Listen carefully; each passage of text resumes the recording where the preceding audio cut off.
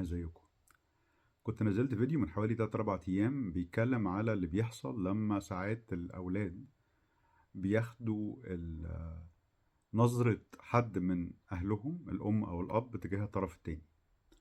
وطبعا بعد ما نزلت الفيديو جالي كمية كبيرة جدا من الاعتراضات من الستات على قد ايه ان ساعات كتيرة الرجالة بتبقى بتعنفهم او بيبقى في ضرب او كده، وكلهم بيتكلموا من منطلق ان المفروض البنت تبقى واخدة ال... تبقى حاسه باللي انا حاسه بيه، وان ازاي انا بقول ان المفروض البنات ما يحسوش او الاولاد ما يحسوش اللي الام حاسين بيه لو الاب بيعملها معامله وحشه. طبعا اللي انا بتكلم فيه هو فكره ان مش دور الطفل ان هو يدي الدعم لامه او ابوه، هو دور الطفل ان هو ياخد الدعم من امه او ابوه. الام او الاب لو عايزين دعم المفروض ياخدوه من الجدود، لان هو ده دورهم. الناس الاكبر بيدوا الدعم للناس الاصغر، مش الناس الاصغر بيدوا دعم للناس الاكبر. دي اول حاجه. حاجة تانية، دي حاجة مهمة جدا، أنا هنا ما كنتش بتكلم في الفيديو على قصة معينة ليها علاقة بإن الراجل بيضرب مراته أو إن هو بيعملها معاملة وحشة قدام الولاد. أنا بقول إن الأم ما كانتش سعيدة. إنما طبعا الضرب مش من الحاجات اللي أنا موافق عليها، ولا الضرب من الحاجات اللي أنا بحس إن هي أسلوب مناسب خالص للعلاقة بين الراجل والست. بالعكس، الأب لما بيعامل الست، لما يعمل الام معامله وحشه، الاولاد بيطلع عندهم غضب من الاب ان هو بيعامل امهم معامله وحشه، ومن الام ان هي رضيت بالمعامله الوحشه دي. فبرضه دي مش من الحاجات اللي انا اتكلمت فيها، ولا من الحاجات اللي انا بشجعها.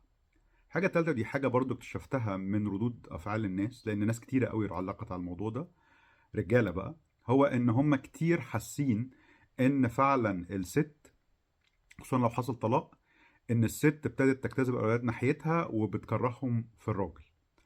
طبعا انا عارف ان ده حاجات ساعات بتحصل، ومش كل الرجاله آه، بيتعاملوا معامله محترمه مع الستات لما الموضوع بينتهي. وساعات للاسف العند بيبقى بين الراجل والست، واللي بيدفع ثمنه الاولاد. الست بتبقى متخيله ان هي دي الورقه الوحيده اللي في ايدها، فهي بتضغط على الراجل عن طريق ان هي مش عايزه توريه ولاده، او بتاثر على ولاده، ولادهم يعني ضد الراجل. والراجل من ناحيه تانية يقول طب مش انت بتضغطي عليهم، انا مش هصرف عليهم. وللاسف اللي بيتضرر في الحكايه دي هم الاولاد. الهدف من الفيديو اللي انا عملته، والهدف من الفيديو ده، هو حاجه بسيطه جدا، هو ان انا عايز اقول بس ان في النهايه لو احنا بنبدي مصلحه الاولاد على مصلحتنا، فالعند مش هيبقى هو الاساس بتاع العلاقه اللي بين الراجل والست.